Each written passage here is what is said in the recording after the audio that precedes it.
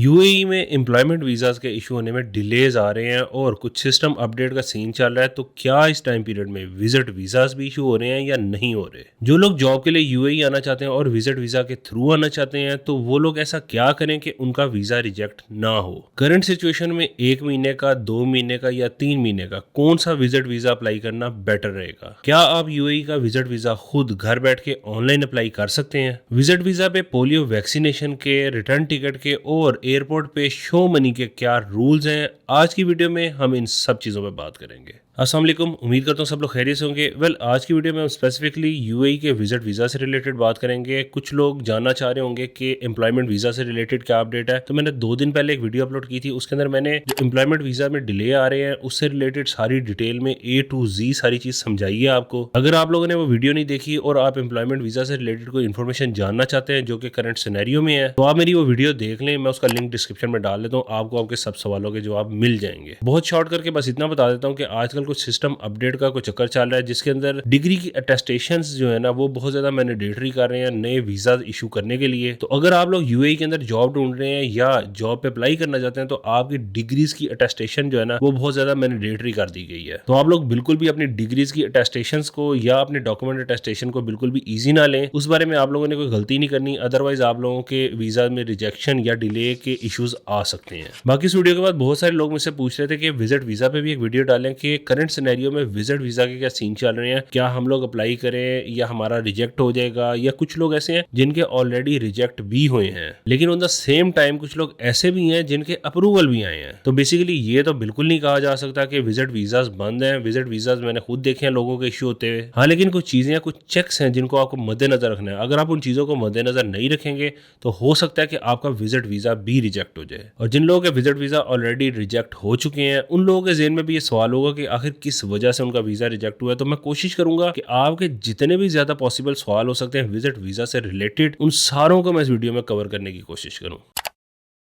सबसे पहला क्वेश्चन ये कि क्या विजिट वीजाज बंद है पाकिस्तानियों के लिए? तो सिंपल आंसर है नो, विजिट वीजाज बंद नहीं है पाकिस्तानियों के लिए। ना ही ऐसी कोई न्यूज है, ना ही कोई भी ऐसा रेफरेंस है जिससे ये प्रूव किया जा सके कि विजिट वीजाज के ऊपर किसी भी किस्म की कोई रिस्ट्रिक्शंस डाली गई है। एम्प्लॉयमेंट वीजा से रिलेटेड कुछ सिस्टम में अपडेट्स आ रही हैं जिसके मुताबिक डिग्री की अटेस्टेशन उन्होंने बहुत ज्यादा मैंडेटरी कर दिया है और आप जिस भी पोस्ट पे अप्लाई करेंगे उस पोस्ट के लिए जो रिक्वायर्ड डिग्री है वो आपके पास होना जरूरी है, अदरवाइज आप वो जॉब अवेल नहीं कर सकते। बट विजिट वीजा पे ऐसा कोई चेक ना सुनने में आया, ना ही ऐसा कोई जिक्र है कहीं पे। लेकिन जब आप सिस्टम में न्यू वीजा की एप्लीकेशन डालते हैं, बेशक वो विजिट वीजा की हो या बेशक वो एम्प्लॉयमेंट वीजा की हो, तो वो डेफिनेटली मिनिस्ट्री ऑफ इंटीरियर के सिस्टम से लिंक होती है। और क्योंकि एम्प्लॉयमेंट वीजा से रिलेटेड वो अपडेट्स कर रहे हैं सिस्टम में, तो उसकी वजह से there is very much possibility कि आपका विजिट वीजा भी डिले हो सकता है और कोई प्रॉब्लम्स आ सकते हैं माइनर किस्म के। लेकिन एज सच कोई मेजर आपको प्रॉब्लम इंशाल्लाह नहीं आएगा एज फार एज आपके डॉक्यूमेंट्स सब क्लियर है। और वैसे भी ये जो सिस्टम अपडेट का सिनेरियो चल रहा है ये मैक्सिमम कोई हफ्ता 10 दिन और चल जाएगा, उसके बाद सारी चीजें वापस रूटीन पे आ जाएंगी। तो जिन लोगों ने अभी वीजा अप्लाई नहीं किया हुआ उनको मैं सजेस्ट करूंगा कि वो हफ्ता 10 दिन का गैप दे दें, उसके बाद वो अप्लाई करें, तो होपफुली उनको ऐसे कोई प्रॉब्लम्स फेस करने को नहीं मिलेंगे। बाकी बहुत सारे लोग ऐसे भी हैं जिनके इस टाइम पीरियड में विजिट वीजा भी रिजेक्ट हुए हैं, तो उनके ज़हन में सवाल होगा कि आखिर वो क्या रीजन है जिसकी वजह से उनका वीजा रिजेक्ट हुआ है। तो मैं आपको पॉसिबल रीजन भी समझाने की कोशिश करता हूँ कि आपके विजिट वीजा रिजेक्ट होने के पीछे क्या रीजन हो सकती है। यहाँ पे मैं आपको एक डिस्क्लेमर दे दूं कि जो भी मैं रीजंस इस वीडियो में मेंशन कर रहा हूं आप उनको फाइनल वर्ड्स कंसीडर नहीं कर सकते। इनको आप एज ए रेफरेंस यूज करके खुद सोच सकते हैं कि आपके केस में आपकी क्या रीजन हो सकती है। क्योंकि जब भी आपका वीजा रिजेक्ट होता है तो वो आपको रीजन नहीं मेंशन करते, जस्ट रिजेक्शन भेज देते हैं। उसके ऊपर बहुत सारे एजेंट्स अपनी सेल्फ मेड रीजंस बना के आपको बता रहे होते हैं, हालांकि हकीकत ही होती है कि उनको खुद भी कोई सॉलिड रीजन नहीं पता होती। अगर आप लोगों का कोई रिलेटिव यूएई में मौजूद है और आपके बिहाफ पे जाके इमिग्रेशन में पता कर सकता है कि इस वीजा एप्लीकेशन की रिजेक्शन की रीजन क्या है और उसका कोई बहुत सॉलिड तगड़ा वास्ता हो वहां पे, तब भी वो उसको जेनेरिक सी रीजन बताएंगे। एक्यूरेट रीजन मेरा नहीं ख्याल है कि तब भी वो उसको मेंशन करेंगे। लेकिन जितनी भी सारी रीजन जो एक्सपर्ट लेवल के बंदे हैं वो बताते हैं या मेरा जितना यहाँ का एक्सपीरियंस है उसके मुताबिक आपकी पॉसिबल रीजन क्या हो सकती हैं उन पे बात करते हैं।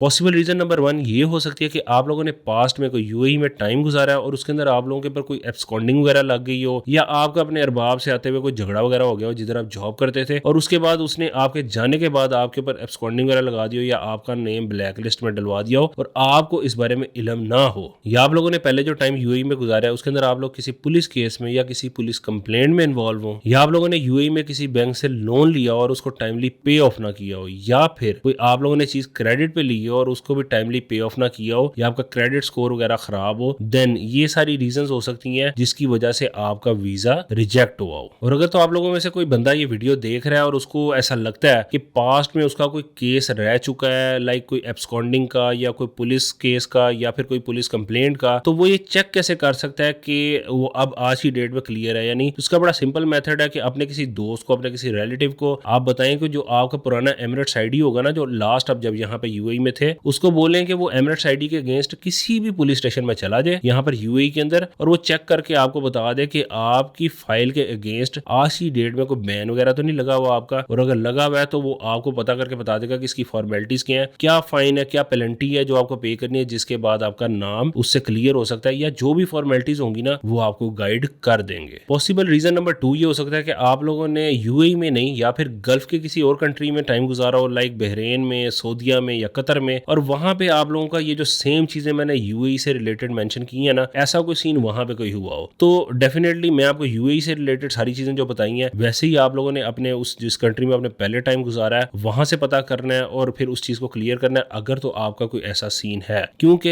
एक बहुत पॉसिबल रीजन ये भी हो सकती है कि किसी और गल्फ कंट्री में आप लोगों का अगर रिकॉर्ड अच्छा नहीं है, देन डेफिनेटली इस चीज पे भी आपका वीजा रिजेक्ट हो सकता है। पॉसिबल रीजन नंबर 3 ये हो सकती है कि आप लोगों का अपने होम कंट्री में रिकॉर्ड अच्छा नहीं है, लाइक आपके अगेंस्ट कोई एफआईआर है या आपके अगेंस्ट कोई पुलिस केस चल रहा है या आप लोगों का कोई कोर्ट में केस चल रहा है। असल में होता क्या है कि इन चीजों को बड़ा फॉर ग्रांटेड लिया जाता है, खासतौर पर हमारी जो यंग जनरेशन है ना, जो स्कूल कॉलेज और यूनिवर्सिटी गोइंग स्टूडेंट्स होते हैं, वो बगैर लाइसेंस के बाइक चला रहे होते हैं या वन व्हीलिंग वगैरह या वही रेसे खेल रहे होते हैं और इवन हेलमेट के बगैर उन्होंने बाइक चला रहे होंगे, तो पुलिस वाले जो पकड़ते हैं ना उनको, तो वो उनके ऊपर हैवी सा कोई केस डाल देते हैं, मतलब लाइक कोई ऐसी दफा वगैरह लगा देते हैं। सिर्फ उन्होंने अपना कोटा पूरा करना होता है, उन्होंने अपने एसएचओ और अपने जो थाने के रेलेवेंट लोग होते हैं ना, जो अपने अफसर होते हैं, उनके आगे नंबर बनाने के चक्कर में ना ये जो यंग जनरेशन होती है ना, जो स्टूडेंट्स होते हैं, इनको पेल देना सबसे आसान टारगेट होता है, तो इनके लिए ईजी होता है, क्योंकि ना इनके माँ बाप ने आवाज उठानी होती है। हमारी सोसाइटी में एक कॉन्सेप्ट है ना कि जो भी किया है साड़ी औलाद ने किया है, ऐसे ही कह रहे हैं, तो इसलिए ना ये पुलिसियों को भी पता होता है, उनको भी पता होता है कि यार ये सारा चक्कर है, तो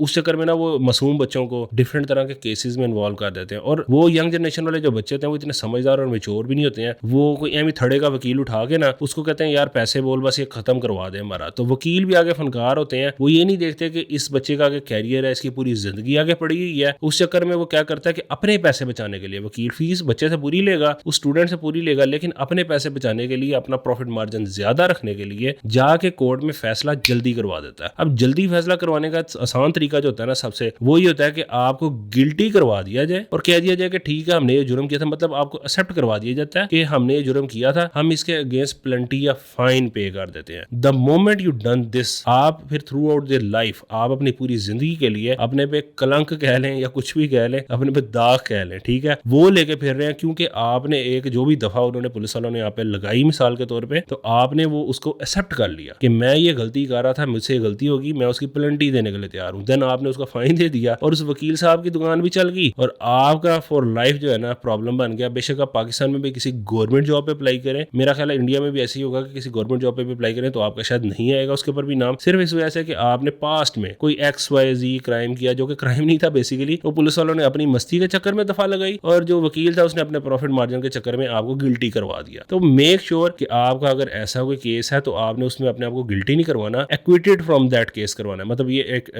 लीगल टर्म होती है एक्विटेड, आपने वो करवाना है, तो फिर आप इंशाल्लाह बिल्कुल क्लियर है। लाइक आप पे खुदा ना खासा कोई गलत केस हो जाना, वो इस चीज की गारंटी नहीं है कि आप लाइक गिल्टी हो या समथिंग, लेकिन आपका जो कोर्ट का फैसला है वो इस चीज को प्रूव करेगा कि आप लोग गिल्टी थे या नहीं थे, ठीक है। अब बहुत सारे लोग ऐसे होंगे उनके ज़हन में क्वेश्चन आ रहा होगा कि हम इस चीज को चेक कैसे करें कि हमारा अपने कंट्री में रिकॉर्ड ठीक है या नहीं है। इसका बड़ा सिंपल तरीका है, आप किसी भी पुलिस स्टेशन जाएं या पुलिस के जो होते हैं, I think help centre, online help centre भी है, वो उसको पता नहीं क्या बोलते हैं, मेरे ज़हन से निकल गया, ये कस्टमर हैप्पीनेस सेंटर की तरह के बनाए होते हैं। आप उधर जाके अपना पुलिस करैक्टर सर्टिफिकेट निकलवाएं, ठीक है। आप अपना जो पुलिस करैक्टर सर्टिफिकेट निकलवाएंगे उसके अंदर मेंशन होगा, अगर आपके अगेंस्ट अगेंस्ट कोई केस है या रिकॉर्ड कोई बिल्कुल नहीं है वो भी लिखा होगा, अगर आपके खिलाफ कोई केस है तो उसका फैसला भी लिखा होगा, सारी चीजें उस पर मेंशन होती हैं और वो 6 महीने के लिए वैलिड होता है। वो आप अपने पास रखें, अपने साथ आपके काम आएगा। इवन अगर आप यूएई में वैसे भी आना चाहते हैं तो आई विल हाईली सजेस्ट कि आप लोग अपना ये करैक्टर सर्टिफिकेट निकलवा के उसको मिनिस्ट्री ऑफ फॉरेन अफेयर्स से अटेस्ट करवा के अपने पास रखें, वो फायदा देगा आपको, कहीं ना कहीं डेफिनेटली आपको बेनिफिट देगा। पॉसिबल रीजन नंबर 4 ये है कि आप लोगों की जीरो ट्रैवल हिस्ट्री है, मतलब आप लोग कभी पाकिस्तान से बाहर गए ही नहीं और आप लोगों का यूएई के अंदर कोई रिलेटिव भी नहीं रहता। तो बेसिकली ये दो चीजें अगर आपके साथ मल्टीप्लाई हो जाएंगी ना तो फिर भी बहुत ज्यादा चांसेस है कि आपका वीजा रिजेक्ट हो जाए। ये इतना कोई सॉलिड रीजन नहीं है, लेकिन जिन दिनों में हालात थोड़े से ऊपर नीचे चल रहे हो ना, जैसे आजकल वीजा के डिले का मामला आ रहा है और वीजा के रिजेक्शन ऐसे ही आ रही है जिनकी रीजंस भी नहीं समझ में आ रही हैं, तो फिर ऐसे केसेस में ना ये वाली कैटेगरी जो होती है ये भी साथ में बोनस में रगड़ी जाती है। तो आप लोगों की अगर जीरो ट्रैवल हिस्ट्री है, मतलब आप लोग कभी सऊदीया भी नहीं गए, उमरा करने भी नहीं गए और पाकिस्तान से बाहर आप लोगों ने कभी कदम ही नहीं रखा, तो फिर भी बहुत ज्यादा चांसेस है कि आपका वीजा रिजेक्ट हो सकता है। पॉसिबल रीजन नंबर 5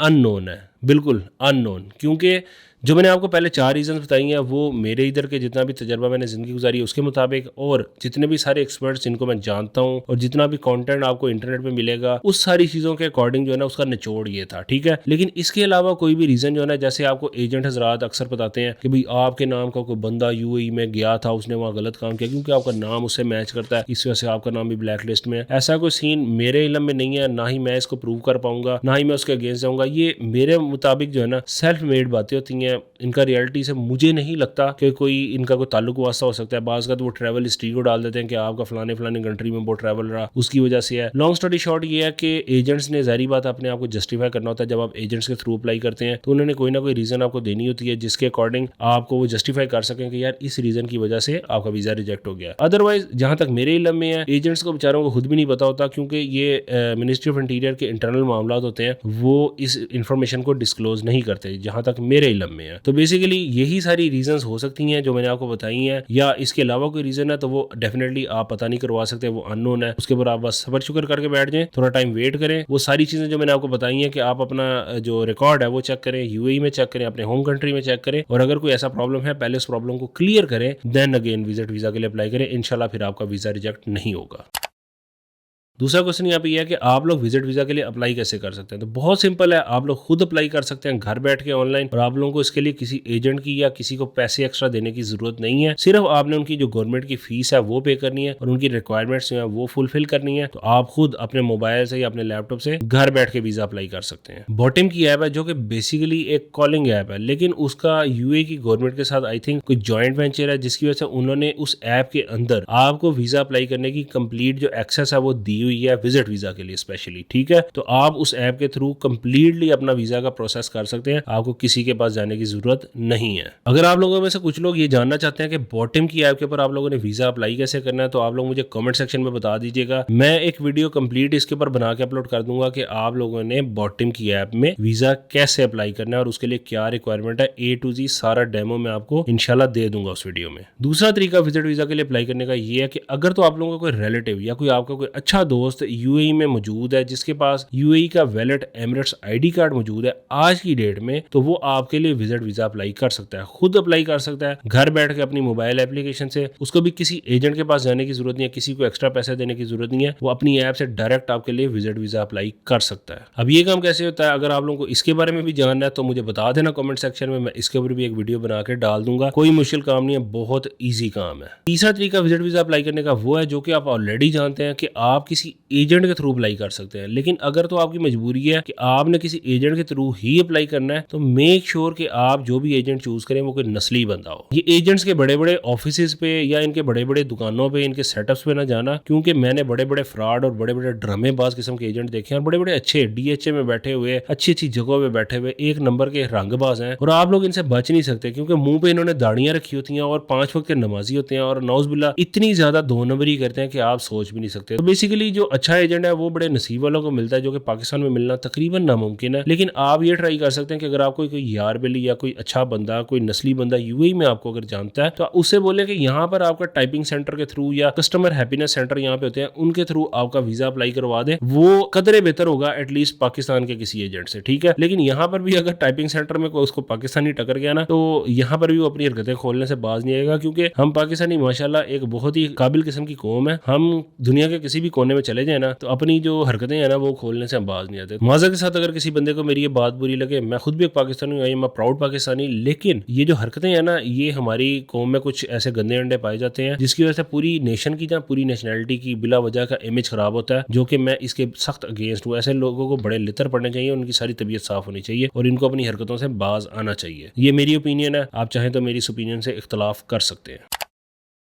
अब इसके बाद सवाल ये बनता है कि अगर तो आप लोगों का विजिट वीज़ा लग गया देन इसके बाद क्या करना है, क्योंकि बहुत सारे ऐसे केसेस सुनने में हैं जो लोग एयरपोर्ट से जिन लोगों को वापस भेज दिया गया उनको ट्रैवल नहीं करने दिया गया, और इवन ऐसे भी केसेस सुनने में हैं जिन्होंने पाकिस्तान से फ्लाई किया और दुबई एयरपोर्ट से उन लोगों को वापस डिपोर्ट कर दिया गया, क्योंकि विजिट वीज़ा पे ट्रैवल करने के कुछ मैंडेटरी चेक्स हैं, उनको लाजमी आप लोगों ने मद्देनजर रखना है। अगर आप उनको मद्देनजर नहीं रखेंगे then there is very much possibility कि आपको पाकिस्तान एयरपोर्ट से ही वापस भेज दिया जाएगा, या अगर आप वहां से इधर आ भी जाएंगे तो शायद यहाँ से आपको वापस भेज दें। तो मैं आप लोगों को वो सारी चीजें बताता हूँ जो कि आप लोगों के यूएई में विजिट वीजा पे ट्रैवल करने के लिए बहुत ज्यादा जरूरी है। अगर इसमें कोई एक चीज भी आप स्किप करेंगे तो there is very much possibility कि आप लोगों की एयरपोर्ट से वापसी हो जाएगी। नंबर 1 आता है कि आप लोगों के पासपोर्ट की जो एक्सपायरी है वो एटलीस्ट 6 महीने की होनी चाहिए from the date you are flying. मतलब अगर आप लोग आज फ्लाई कर रहे हैं ना, आज की आपकी फ्लाइट है, तो आज की डेट से आप लोगों की जो पासपोर्ट की एक्सपायरी है वो 6 महीने आगे तक की होनी चाहिए। ठीक है, अगर ऐसे नहीं होगा तो आपको फ्लाई नहीं करने देंगे। तो मेक श्योर कि आपके पासपोर्ट की एक्सपायरी इतनी है, अदरवाइज नया पासपोर्ट इशू करवा लें। यहाँ पे मैं ये भी मेंशन कर दूं कि अगर आप लोगों ने विजिट वीजा इशू करवा लिया हुआ है ऑलरेडी और आपके पासपोर्ट की एक्सपायरी नहीं है और आपने रीन्यू करवा लिया पासपोर्ट अपना, तो पासपोर्ट का जो नंबर होता है ना, जो लास्ट डिजिट होता है वो चेंज हो जाता है जब आप रिन्यू करवाते हैं। और आपका जो विजिट वीजा का जो डॉक्यूमेंट इशू होता है ना, उसके नीचे क्लियर कट लिखा होता है कि आप लोगों के किसी भी जो पर्सनल डॉक्यूमेंट्स है ना उसमें किसी किस्म की चेंज आ गई ना तो आपका वीजा जो होता है ना वो इनवैलिड हो जाता है। तो मेक श्योर कि अगर आपका ऐसा कोई केस हुआ ना तो आप लोगों ने यूएई एम्बेसी से उसको वेरीफाई करवा लेना है ताकि आप लोगों को ट्रैवल टाइम पे एयरपोर्ट से वापस ना भेज दें, वरना आपको बिला वजह लॉस होगा, आपका टिकट जाया जाएगा और आपको बाद में इस परेशानी से दोबारा गुजरना पड़ेगा। नंबर 2 ये है कि आप लोगों ने जो एयर टिकट बाय करनी है वो आप लोगों ने रिटर्न टिकट बाय करनी है ऑन सेम पीएनआर। ठीक है, इसके अंदर आप लोगों ने ये नहीं करना कि एयर ब्लू की आप लोगों ने जाते हुए की टिकट ले ली, पीआईए की वापसी की टिकट ले ली है। आप लोगों ने एक ही रिटर्न टिकट लेनी है और सेम पीएनआर के ऊपर उसकी बुकिंग होनी चाहिए। ये चीज लाजिम है और उसके ऊपर ओके टू बोर्ड का स्टेटस लाजमी आप लोगों ने अपडेट करवाना है जहां से भी आप परचेज करेंगे। अगर आप लोगों ने खुद डायरेक्ट ऑनलाइन परचेज की है तो आपकी एयर ब्लू की, पीआईए की या जहां की भी आपने टिकट परचेज किया उनके ऑफिस चले जाएं, उनसे ओके टू बोर्ड का स्टेटस आप लोग करवा लें। अदरवाइज किसी एजेंट से लेंगे तो उससे भी आप बोल दीजिएगा कि आपको ओके टू बोर्ड का स्टेटस जो होता है ना वो सिर्फ उन लोगों ने सिस्टम में स्टेटस अपडेट करना होता है। आप लोगों का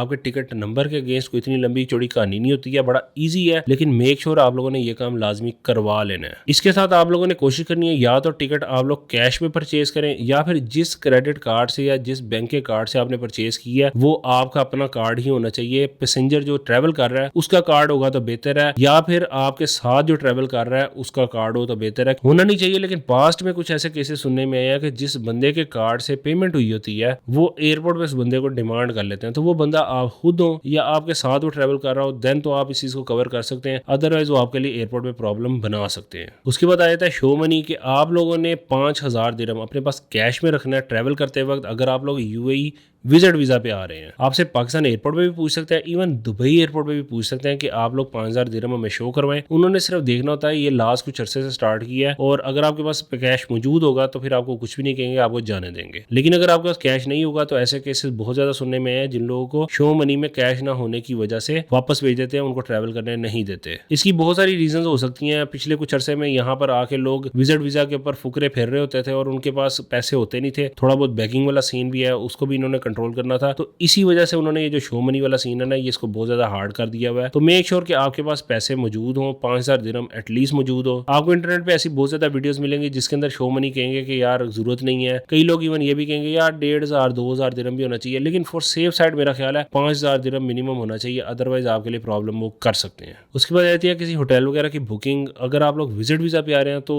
उसके लिए होटल बुकिंग वगैरह भी मैंडेटरी है। अब अगर तो आप लोग मेरे जैसे फुकरे से बंदे हैं तो आप कहेंगे यार हम इतने अमीर थोड़ी हुए हैं कि हम लोग होटल बुकिंग करा लें, तो उनके लिए मैं मशवरा दूंगा कि आप लोग जिस भी बंदे के पास आके स्टे करने वाले हैं तो वो डेफिनेटली यहाँ पर अगर रह रहा है अरसे से, आपका रिलेटिव है या आपका दोस्त है, तो अगर आप इतना ट्रस्ट करते हैं तो आप उससे उसका जो लीज कॉन्ट्रैक्ट है और उसका एमिरेट्स आईडी है वो आप उससे मांग लें। उससे कहेंगे मैंने एज अ प्रूफ एयरपोर्ट पे दिखाना है, तो there is very much possibility कि आपको वो होटल बुकिंग के अगेंस्ट वो उस चीज को एक्सेप्ट कर लेंगे। ठीक है, अदरवाइज एक और तरीका ये भी है कि आप लोग 1-2 दिन के लिए होटल बुक कर लें या अपने अपने ट्रैवल प्लान के लिए होटल बुक कर लें booking.com से, कोई ऐसी बुकिंग कर लें जिसके अंदर आप लोगों का जो पेमेंट है, माइनर पेमेंट आप स्टार्ट में करें और मेजर पेमेंट जो है वो आप यूएई आगे करें। तो इधर आके एक आधा दिन होटल में गुजार के देन बाकी आप लोग जो है ना नॉर्मल तरीके से रह लीजिएगा। तो ऐसे भी आप इस चीज़ को कवर कर सकते हैं। उसके बाद ये आया था कि अगर आप लोगों का कोई रिलेटिव यूएई में रहता है तो फिर आपका उसका कोई रिलेशन का प्रूफ, उसका एमिरेट्स आईडी और उसकी जो कॉन्टैक्ट डिटेल्स वगैरह है ना, वो अगर आप अपने पास रखेंगे तो वो भी एक प्लस पॉइंट होगा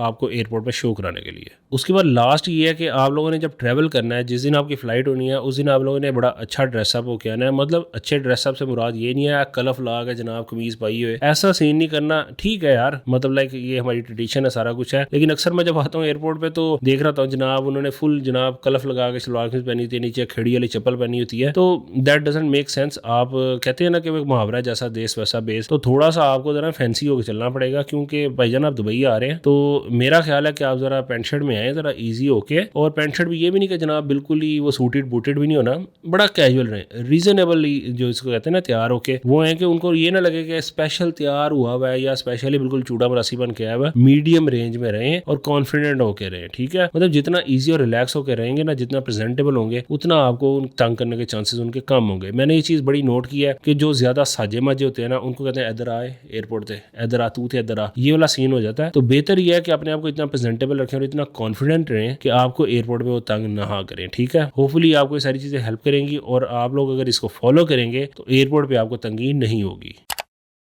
तो आज की वीडियो के लिए इतना ही। उम्मीद करता हूँ कि मेरी आज की वीडियो से आप लोगों को बहुत सारा कुछ सीखने को मिला होगा और यूएई के विजिट वीजा से रिलेटेड आप लोगों की जितनी भी कंफ्यूजन थी वो होपफुली सब दूर हो गई होंगी। स्टिल आप लोगों की कंफ्यूजन है तो आप लोग मुझे कमेंट सेक्शन में पूछ सकते हैं। एम्प्लॉयमेंट वीजा से रिलेटेड मैंने जो भी सारी चीज़ थी वो मैंने 2 दिन पहले वीडियो में डाल दी थी, आप वो वीडियो में जाकर अपनी वो सारी कन्फ्यूजन भी दूर कर सकते हैं। बाकी अगर आप लोगों ने ये जानना है कि बॉटम ऐप पे कैसे वीज़ा अप्लाई करते हैं, या आपका जो रिलेटिव या आपका जो फ्रेंड है जो यूएई में बैठ के आपके लिए वीज़ा कैसे अप्लाई कर सकता है, जो कि अपनी एप्लीकेशन से जिसके अंदर एजेंट की जरूरत नहीं होती है, वो भी मुझे कमेंट सेक्शन में लाजमी बता दीजिएगा। मैं इंशाल्लाह नेक्स्ट वीडियो उसके ऊपर प्लान कर लूंगा। बाकी इसके अलावा ये वीडियो जितना हो सके मैक्सिमम लोगों से शेयर कीजिएगा, जितना ज़्यादा अवेयरनेस हो, लोगों को समझ आए कि उन्होंने ये सारे काम कैसे करने हैं, तो किसी एक बंदे का भी फायदा होगा तो इस वीडियो को बनाने का मकसद पूरा हो जाएगा। यही सारा कुछ था मेरे पास आज की वीडियो के लिए, इतना ही है। बाकी दुआ में याद रखिएगा, मिलते हैं इंशाल्लाह किसी और वीडियो में किसी और टॉपिक के साथ। तब तक के लिए अल्लाह हाफिज़।